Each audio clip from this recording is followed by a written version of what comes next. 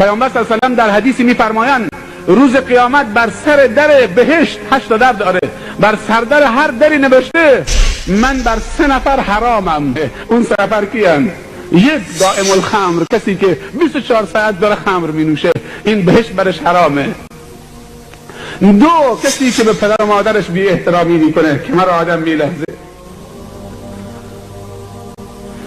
مادری میرفتم پیشش، مسن 70-80 سالشه، رفتم پلوش، تا رفتم پلوش گریه کرد. گفتم چی کار داری مادرم، سفارش کردی؟ گفت که پسرم به من میگه کی سقط میشی، میمیری، خفه میشی، ای پیر زن تا از دست راحت بشم. مادری بوده که زن پسرش به پسرش گفته یا من تو این خونه یا مادرت. مرده هم به زنش گفت مادرم بره بیرون تو باشی. پیامبر صلی الله علیه و سلم میفرمایند، علما میفرمایند دعای پدر و مادر در حق اولاد مثل دعای پیغمبر در حق امتشه. بترس از دعای مادر و نفرین مادر. چند بار به مادرت گفته ای پیرزن؟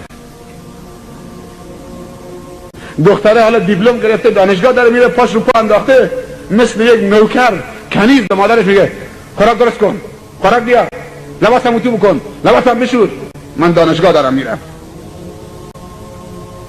یکی از علامات قیامت ان تلد الامة ربتها، این که بیبی کنیز بیاد بیبیشو به دنیا بیاره. سوال کردن تعجب کنیز چطوری بیبی به دنیا میاره؟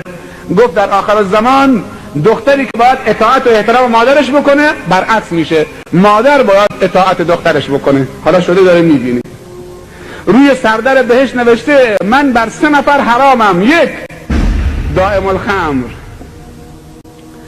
2 کسی که به پدر و مادرش بی احترامی بکنه، 3 دیوس.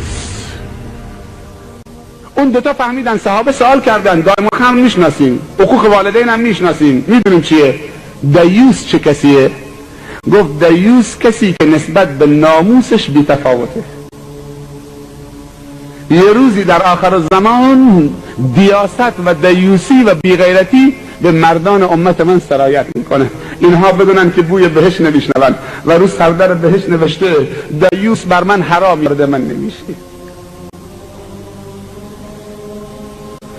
کسی که راضی بشه زنش آرایش بکنه، 7 قلم سرخ و سفید، عطر کلون، لباس نازک، کفشش، پاشنه کفشش 1 متر، کرب کرب تو این خیابون، بوی آتکلونش از کجا داره میاد؟ آقا هم عین خیالش نیست، جرأت هم نمیکنه، زنش از جلو چشمش رد میشه، جرأت نمیکنه بگه زن کجا میری؟ ای داد بیداد.